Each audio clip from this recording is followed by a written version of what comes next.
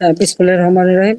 গৌরীপুর সকল নেতৃবৃন্দ এবং ময়মনসিংহের যারা নেতৃবৃন্দ এখানে এবং এর সঙ্গে যারা যুক্ত আছে সবাইকে আমি ধন্যবাদ জানাই এবং এই আয়োজনটা যারা করছে সকলকে ধন্যবাদ জানাই। বাংলাদেশ আজকে মনে হয় একটা জল্লাদের হাতে পড়েছে। তা যেগুলো আমরা শুনলাম, ময়মনসিংহ ৩ আসন, এই একটা উপজেলা নিয়েই একটা আসন। বাংলাদেশের প্রত্যেকটা অঞ্চলে আমরা উন্নয়ন করেছি, প্রতিটি মানুষের জীবন মান উন্নত করার পদক্ষেপ নিয়েছি। মানুষ যখন খুব শান্তিতে ছিল, ভালো ছিল, একটি মানুষের ক্ষমতার লোভের আগুনে আজকে সমস্ত দেশ জ্বলে পড়ে ছারখার। যে দেশটাকে আমাদের মহান নেতা, সর্বকালের সর্বশ্রেষ্ঠ বাঙালি জাতির পিতা বঙ্গবন্ধু শেখ মুজিবুর রহমান তার সমস্ত জীবনটাকে উৎসর্গ করে দিয়ে জেল, জুলুম, অত্যাচার, নির্যাতন সহ্য করে এই দেশকে স্বাধীন করে দিয়ে গেলেন। একটা স্বাধীন দেশ, স্বাধীন জাতি আমরা, আমাদের একটা আত্মপরিচয় সুযোগ ছিল। সেই দেশটাকে আজকে চরমভাবে ধ্বংস করা, এটাই হচ্ছে সব থেকে দুঃখজনক। একটা লোক ক্ষমতায় আসার জন্য একের পর এক মানুষ খুন করলো, রক্তের উপর পা দিয়ে, লাশের উপর পা দিয়ে ক্ষমতা দখল করলো। আর ক্ষমতা এসেই প্রথমেই আগে নিজের ভাগ্য গোছানো। কোথায় ম্যান পাওয়ারের ব্যবসা, কোথায় ডিজিটাল ওয়ালেটের ব্যবসা, কোথায় কি ব্যবসা, ওইগুলি আগে দেখে। মানে ক্ষমতাটা দখল করে আগে নিজের আখের গোছানো। আর সেই সাথে যত জঙ্গি, সন্ত্রাসী, এমন এমন জঙ্গি সংগঠন আন্তর্জাতিকভাবেও যারা নিষিদ্ধ, সেই সব জঙ্গিদের নিয়েই তার ক্ষমতা দখল এবং তাদেরকে যে কারাগার থেকে মুক্ত করে আজকে সারা বাংলাদেশে একটা জঙ্গির রাজত্ব কায়েম করেছে। এখানে আমাদের অনেক নেতাকর্মী এই মানুষের গৌরীপুরে আপনারা বলেছেন আপনাদের ব্যর্থতা। না, আপনাদের কোনো ব্যর্থতা নাই, এটা আমি বলি। কারণ এই চক্রান্তটা সম্পর্কে আমি জানি, কিন্তু অনেকে বিশ্বাস করতে পারতো না। এটাই হচ্ছে বড় কথা। একটা কথা বলবো, যে আমার বাবাকে কেড়ে নিয়ে যাওয়া হয়েছে। তিনি থাকলে এই বাংলাদেশ স্বাধীনতার 10 বছরের মধ্যে উন্নত, সমৃদ্ধ, সোনার বাংলা হিসেবে গড়ে উঠত। দেশ হিসেবে এবং বাঙালি জাতিকে একটা মর্যাদাশীল জাতি হিসেবে তিনি গড়ে তোলার পদক্ষেপ নিয়েছেন। শুভ ফলটা মানুষ পেতেও শুরু করেছিল। এই যে এখন অনেকে আবার কি বাকশাল বাকশাল বলে, বাকশালটা কি ছিল? বাংলাদেশ কৃষক শ্রমিক আওয়ামী লীগ এদেশের কৃষক, এদেশের শ্রমিক মাথার ঘাম পায়ে ফেলে অর্থ উপার্জন করে এদেশের অর্থনীতির চাকাকে সচল রাখে। তাদের সাথে নাম জড়িয়েই কিন্তু এই সংগঠন জাতীয় ঐক্য গড়ে তুলে করা হয়েছিল, যেখানে প্রত্যেক নির্বাচনে যেন কোন রকম অর্থ এবং অস্ত্র ব্যবহার না হয়। গ্রামে সাধারণ মানুষ যেন তার এক পছন্দ মতো মানুষটাকে ভোট দিয়ে নির্বাচিত করতে পারে, সেই ব্যবস্থা তিনি নিয়েছিলেন। ঘুণে ধরা সমাজ ভেঙে নতুন সমাজ গড়তে চেয়েছিলেন। ঔপনিবেশিক শক্তির হাতে গড়ে তোলা এই প্রশাসনিক ব্যবস্থাকে সম্পূর্ণভাবে পরিবর্তন করে একটা স্বাধীন সার্বভৌম দেশের মানুষের অধিকার নিশ্চিত করবার জন্য সে অবকাঠামো তিনি গড়ে তুলতে চেয়েছিলেন। এখানে অপরাধটা কি ছিল? বাংলাদেশ তো তার শুভ ফল পেতে শুরু করেছিল। জানুয়ারি মাসে তিনি ঘোষণা দিলেন, এই আগস্ট মাসের মধ্যেই তো বাংলাদেশের অর্থনৈতিকভাবে শক্তিশালী হয়ে উঠলো বাংলাদেশ। তখনই তো এই আঘাতটা আসলো। এটা আপনারা একটু লক্ষ্য করবেন। যখনই বাংলাদেশ নিজের পায়ে দাঁড়ায়, যখনই বাংলাদেশ মর্যাদাশীল হয়, তখনই কিন্তু আঘাতটা আসে। ঠিক আপনারা দেখেন 2024 সাল সেটাই হলো। বাংলাদেশ 2024 সাল পর্যন্ত আমাদের প্রবৃদ্ধি, 2024 সালে প্রবৃদ্ধি যেখানে আমাদের 6.7 ভাগ, মাথাপিছু আয় $2,793। খাদ্যে আমরা স্বয়ংসম্পূর্ণ। আমি 20 লক্ষ মেট্রিক টন খাদ্য মজুদ রেখে এসেছি, যে কোনো আপৎকালীন সময় যেন কষ্ট না হয়। আমরা বয়স্ক ভাতা, বিধবা ভাতা, প্রতিবন্ধী ভাতা, মুক্তিযোদ্ধাদের সম্মাননা ভাতা সবই আমরা ব্যবস্থা করেছি। বিনা পয়সায় বই দেওয়া, বিনা পয়সায় পড়াশোনা, উচ্চ শিক্ষার জন্য আলাদা বৃত্তি, উপবৃত্তি দেওয়া। প্রায় 3,70,00,000 ছাত্রছাত্রী শুধু বৃত্তি পেত। তরুণ সমাজের কর্মসংস্থানের ব্যবস্থা, বেসরকারি খাতকে উন্মুক্ত করে দিলাম। কর্মসংস্থান ব্যাংক বিনা জামানতে ঋণ নিতে পারে। বর্গা চাষীদের জন্য পর্যন্ত কৃষি ব্যাংক থেকে বিনা জামানতে ঋণের ব্যবস্থা করে দিলাম। কৃষকদের ভর্তুকি দেওয়া, 10 টাকা ব্যাংক অ্যাকাউন্ট করে তাদের অ্যাকাউন্টে টাকা পাঠানো, ডিজিটাল সিস্টেম আমরা করে ফেললাম। 8,000টা ডিজিটাল সেন্টার থেকে প্রায় 200-র উপরে সেবা জনগণকে দেওয়া হতো। প্রত্যেকটা শিক্ষা প্রতিষ্ঠানে শিক্ষার মান উন্নত হয়েছে, শিক্ষার বহুমুখী শিক্ষার ব্যবস্থা, কারিগরি শিক্ষার ব্যবস্থা, প্রযুক্তি শিক্ষার ব্যবস্থা, এমনকি কওমি মাদ্রাসা থেকে শুরু করে সব শিক্ষার ব্যবস্থা আমরা করেছি এবং প্রত্যেকটা গ্রামে প্রাইমারি স্কুল থেকে শুরু করে কলেজ সবকিছু উন্নতি আমরা করেছি। কিন্তু সেগুলি সমস্ত ধ্বংস করলো একটা মানুষের ক্ষমতার লোভ।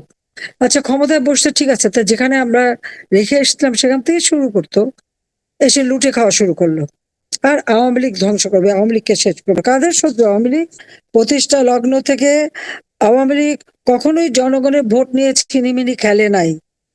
একমাত্র আওয়ামী লীগই পারে বাংলাদেশের মানুষের আর্থসামাজিক উন্নতি করতে। আমরা বহু দল দেখলাম, মিলিটারি ডিক্টেটরের পকেট থেকে গড়ে তোলা দল, এই যে ইউনূস ক্ষমতায় দখল করে আজকে তার কি এনসিপি পার্টি একেবারে 5 স্টার হোটেলে কোটি কোটি টাকা খরচ করে ইফতার পার্টির মাধ্যমে দল করা, রাতারাতি 4-5 মাসের মধ্যেই বিরাট গাড়ি বাড়ির মালিক হয়ে যাওয়া, কোত্থেকে আসলো? সে কে? আমার প্রশ্ন, কোথা থেকে আসছে সে ক্ষমতায়? ইউনূস কি জনগণের ভোটে ক্ষমতায় এসছে? না, সে জনগণ তো তাকে বসা নাই। সে তো নিজেই বলেছে বিল ক্লিন্টন ফাউন্ডেশনের মিটিং এ যে এই আন্দোলন কেউ জানতো না, এই আন্দোলনে কোনো নেতা ছিল না, ছাত্র জনতা আন্দোলন না, এটা হচ্ছে ডক্টর মোহাম্মদ ইউনূসের মেটিকুলাস ডিজাইনের মাধ্যমে পরিচালিত আন্দোলন। মাস্টার মাইন্ড দ্বারা সেই হিজবুত তাহরির এক ছেলে তাকে পরিচয় করিয়ে দিল মঞ্চে তুলে বিল ক্লিন্টনের সামনে, আবার নিজেই পরিচয় করে দিয়ে এসে যে মেটিকুলাস ডিজাইনের মাধ্যমে শেখ হাসিনাকে ক্ষমতা থেকে সরাতে পেরেছে, সেজন্য নিজে আবার হাতে তালি দিয়ে খুশিতে তারা ক্ষমতা দখল করতে পেরেছে। কি গৌরবের কথা যে ডাকাতি করে ক্ষমতা নিয়ে সেখানে বসে আজকে আমার আওয়ামী লীগের নেতা কর্মীর উপর চরম অত্যাচার নির্যাতন করে যাচ্ছে। আমি বারবার বলছি যে আওয়ামী লীগ কখনো পিছনের দরজা দিয়ে বা সন্ত্রাসের মাধ্যমে ক্ষমতা দখল করে নাই। কাজেই একটা ক্ষমতা দখলকারী ডাকাতের মতো যে ক্ষমতা দখল করেছে, সে এসে আওয়ামী লীগ নিষিদ্ধ বললো আর আওয়ামী লীগ নিষিদ্ধ হয়ে যাবে? ছাত্রলীগ নিষিদ্ধ বললে নিষিদ্ধ হয়ে যাবে? আমরা জনগণের ভোটে নির্বাচিত প্রতিনিধি। কাজে অবৈধভাবে ক্ষমতা দখলকারীর যত আদেশ নির্দেশ সবই অবৈধ। আচ্ছা, কিরকম ভাবে নির্যাতন করছে? আজকে একটা শিশু পর্যন্ত রেহাই পাচ্ছে না, প্রতিনিয়ত ধর্ষিত হচ্ছে।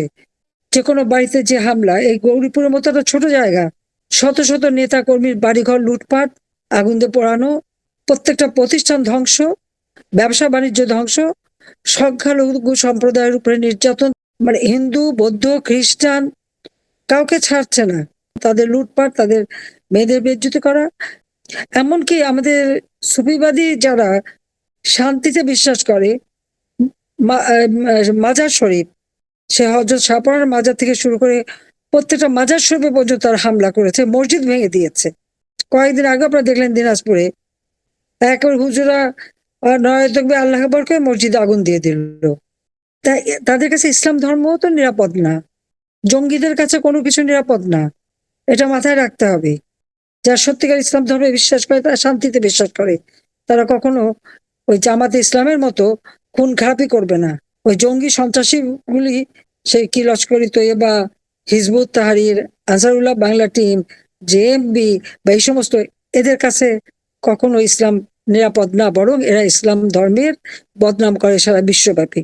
এবং আমি গৌরীপুরের সবাইকে বলবো, শুধু গৌরীপুর বলে না, এটা আমি সবাইকে সকলের জন্যই বলছি, আওয়ামী লীগের নেতাকর্মী, যারা আপনাদের বাড়ি ঘর লুটপাট করেছে, যারা আপনাদের গায়ে হাত তুলেছে, যারা আপনাদের উপরে নির্যাতন করেছে, সংখ্যালঘু সম্প্রদায়ের উপরে আক্রমণ, আইনজীবীদের উপরে আক্রমণ, সাংস্কৃতিক কর্মীদের উপর আক্রমণ, সাংবাদিকদের উপর আক্রমণ এবং হত্যা করেছে, তাদের নাম ঠিকানা সব রেডি করে রাখবেন। দেশে কোনো আইনের শাসন বলে কিছু নেই। বিচার বিভাগ আজকে সম্পূর্ণ দলীয়করণ। ওই যে সাংবাদিক বিভু রঞ্জনকে মেরে ফেলে দিল, তার ইউনূসের প্রেস সেক্রেটারি তাকে ধমকালো, তারপরে তার লাশ পাওয়া গেল। আমাদের আওয়ামী লীগের কৃষক লীগের কেশব চন্দ্রের যেভাবে কুপিয়েছে, আইনজীবীদের, আমাদের মামলা চলছে, আমাদের কোনো আইনজীবী দাঁড়াতে পারবে না, যেটা এখানে পান্ডা চেয়েছিলেন দেয়নি তাকে, কারণ একতরফা তারা সাজা দেবে। ওই সাজা মানে কে? সাজা দেবার অধিকার তাদের নাই। ওই অবৈধ সরকার, অবৈধ কোর্ট আর অবৈধ সাজা, এটা আমাদের মানার কিছু নেই। কারণ এর জবাব যেভাবে তারা দিচ্ছে ওইভাবেই দিতে হবে। সেজন্য আওয়ামী লীগের সকল নেতা কর্মীকে এক হয়ে প্রস্তুতি নিতে হবে, মুক্তিযুদ্ধের সপক্ষ শক্তিকে এক হতে হবে, যারা ধর্ম বর্ণ নির্বিশেষে অসাম্প্রদায়িক চেতনায় বিশ্বাস করে তাদেরকে ঐক্যবদ্ধ হতে হবে। আমাদের ছাত্র সমাজকে বিপদে ফেলেছে। প্রায় 4 লক্ষ ছেলে মেয়ে পড়াশোনা করতে পারে না। আর এতদিন মিথ্যা অপবাদ দিয়ে যাদের মাথা খারাপ করেছিল, আজকে তারা তাদের ভুল বুঝতে পারছে। অনেকেই আদর্শচ্যুত হয়েছিল, কিন্তু এখন তারা অনেকেই বুঝতে পারছে। কাজে সকলকে ঐক্যবদ্ধ হয়ে আমাদের নামতে হবে। সেদিন একটা সাংবাদিককে হত্যা করলো খুলনায়। ওয়াহিদুজ্জামান বুলু, একজন সিনিয়র সাংবাদিক, তার লাশ পাওয়া গেল রূপসা ব্রিজের কাছে। এই নিয়ে 10 জন সাংবাদিককে সে হত্যা করলো। কাজে আজকে ইউনূসের হাতে রক্ত, মুক্তিযোদ্ধাদের রক্ত, সাংবাদিক, পুলিশ, আনসার, ছাত্র জনতা, ওই যে আবু সাইদ, মুগ্ধ, এদেরকে তো হত্যা করিয়েছে ইউনূস নিজে।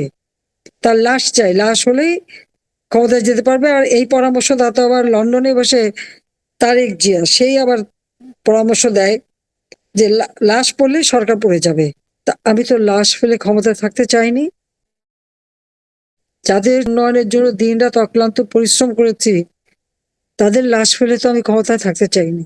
তবে আমি জানতাম না আমি কিভাবে বের হয়ে আসছি, কোথায় যাচ্ছি।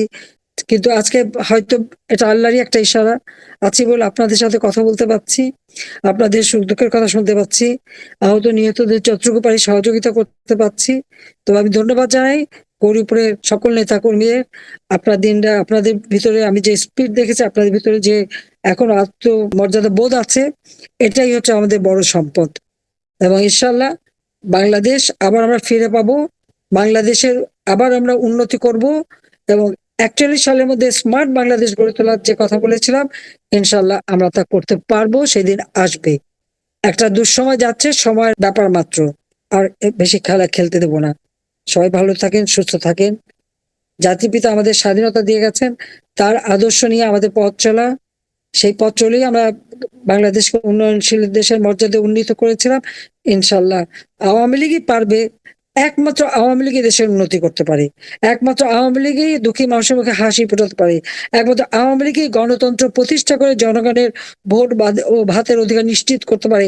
আওয়ামী লীগের হাতেই বাংলাদেশের মানুষের জীবনের নিরাপত্তা নিশ্চিত। এটা আমি স্পষ্টভাবে বলতে পারি এবং সেটা আমরা বারবার প্রমাণ করেছি। ইনশাল্লাহ আবার আমরা ফিরে পাবো বাংলাদেশ। খোদা হাফেজ। জয় বাংলা, জয় বঙ্গবন্ধু। বাংলাদেশ চিরজীবী হোক।